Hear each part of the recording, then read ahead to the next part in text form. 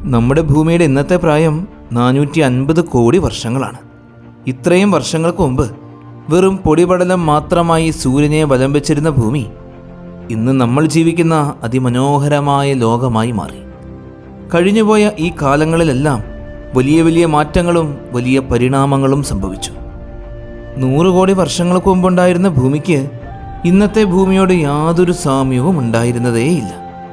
അന്ന് ഭൂമിയിൽ ഇന്നത്തേതുപോലെ സങ്കീർണമായ ജീവൻ ഉണ്ടായിരുന്നില്ല. സസ്യങ്ങളും വൃക്ഷങ്ങളും ഒന്നും ഉണ്ടായിരുന്നില്ല. ഭൂമിയിൽ പച്ചപ്പുണ്ടായിരുന്നില്ല. കരഭാഗം മുഴുവൻ മരുഭൂമി മാത്രമായിരുന്നു. സൂക്ഷ്മജീവികൾ മാത്രമുണ്ടായിരുന്ന ആ കാലത്തു നിന്നും 100 കോടി വർഷങ്ങൾ പിന്നിട്ടപ്പോൾ ഭൂമി ആകെ മാറി. ഭൂമി മുഴുവൻ പച്ചപ്പ് നിറഞ്ഞു. സൂക്ഷ്മജീവികളിൽ നിന്നും സങ്കീർണമായ വ്യത്യസ്ത തരങ്ങളിലേക്ക് ജീവൻ പരിണമിച്ചു. അങ്ങനെ അവസാനം ഇന്ന് നമ്മൾ വസിക്കുന്ന ഈ സ്വർഗസമാനമായ ഭൂമിയായി മാറി. കഴിഞ്ഞ 100 കോടി വർഷങ്ങൾ കൊണ്ട് ഭൂമി അടിമുടി മാറി മറഞ്ഞുവെങ്കിൽ അടുത്ത 100 കോടി വർഷങ്ങൾ കൊണ്ട് ഭൂമിയിൽ എന്തെല്ലാമായിരിക്കും സംഭവിക്കാൻ പോകുന്നത്? അന്നത്തെ ഭൂമിയെ നമ്മൾ കാണാൻ പോവുകയാണ്.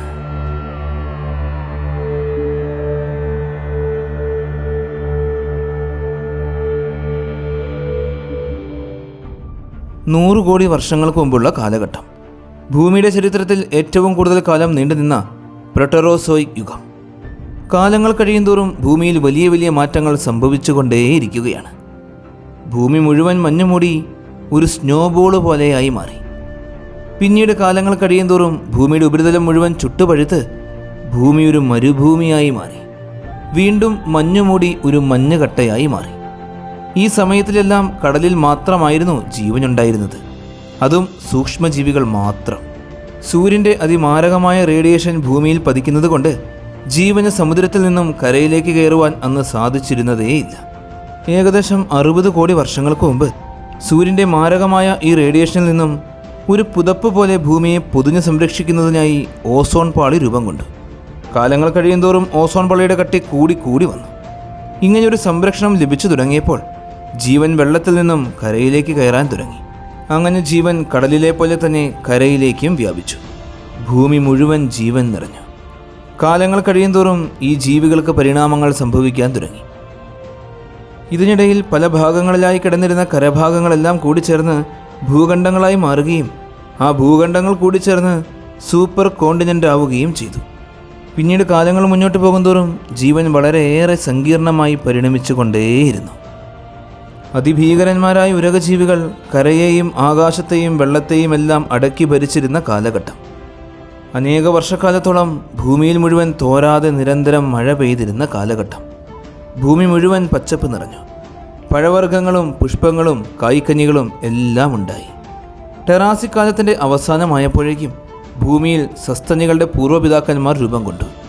അന്ന് ഭൂമിയിലുണ്ടായിരുന്ന മറ്റു ജീവജാലങ്ങളിൽ നിന്നുമെല്ലാം അവർ വ്യത്യസ്തരായിരുന്നു. ശരീരത്തിനുള്ളിൽ ഭ്രൂണത്തെ വളർത്തി പ്രസവിച്ച് പാലൂട്ടുന്ന ജീവികളായി അവ പരിണമിച്ചു. അവർ ലോകം മുഴുവൻ വ്യാപിക്കാൻ തുടങ്ങി. ഈ സമയത്ത് ഭൂമിയെ അടക്കി ഭരിച്ചുകൊണ്ടിരുന്നത് ഭീകരജീവികളായിരുന്ന ദിനോസറുകളായിരുന്നു.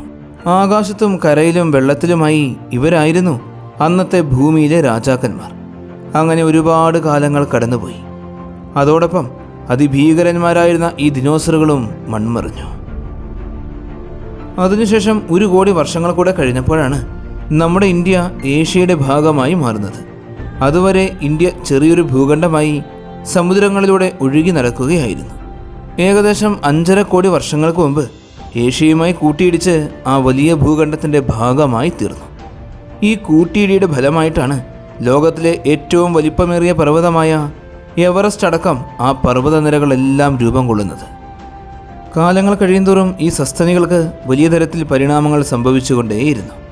അങ്ങനെ കരയിലും വെള്ളത്തിലും ആകാശത്തും വൈവിധ്യമാർന്ന തരത്തിൽ ജീവനുകളുണ്ടായി.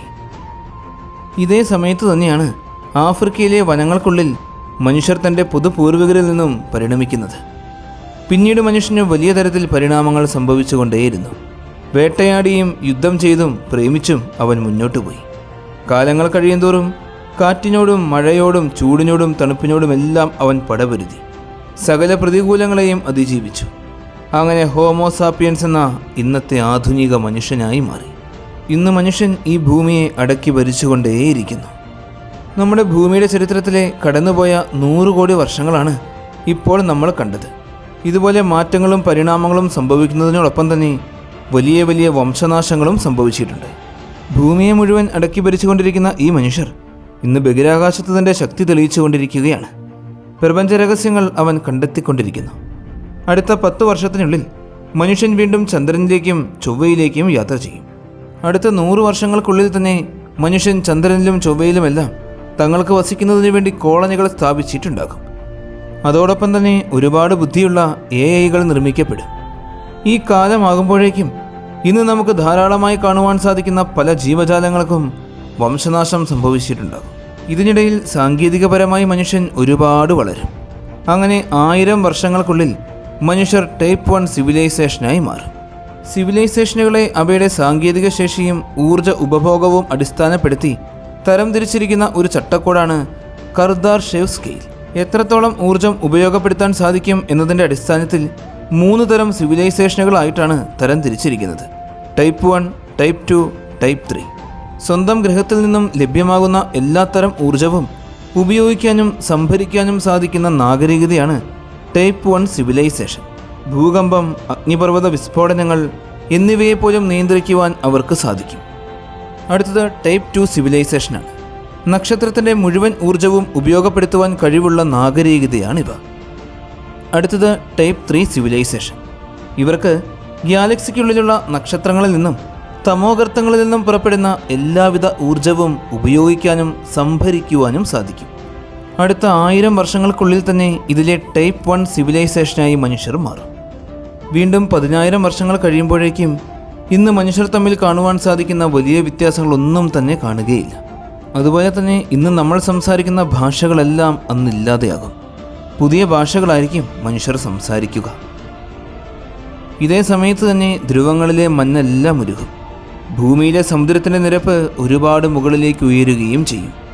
വീണ്ടും കാലങ്ങൾ ഒരുപാട് മുന്നോട്ട് പോകും.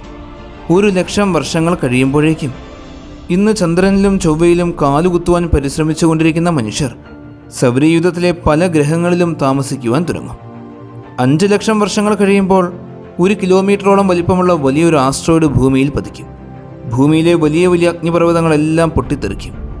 ഈ പൊട്ടിത്തെറിയുടെയും ഉൽക്കാപതനത്തിൻ്റെയും ഫലമായി ഭൂമിയിൽ വലിയ വലിയ മാറ്റങ്ങൾ സംഭവിക്കും. പല വംശനാശങ്ങൾക്കും ഇത് കാരണമാകും. 20,00,000 വർഷങ്ങൾ കഴിയുമ്പോഴേക്കും ഭൂമി മുഴുവൻ മാറിമറിയും. അപ്പോഴേക്കും മനുഷ്യരാശി നമ്മുടെ ഗാലക്സിയായ മിൽക്കി വേയെ മുഴുവൻ നിയന്ത്രിക്കാൻ സാധിക്കുന്ന ടൈപ്പ് 3 സിവിലൈസേഷനായി മാറിയിട്ടുണ്ടാകും.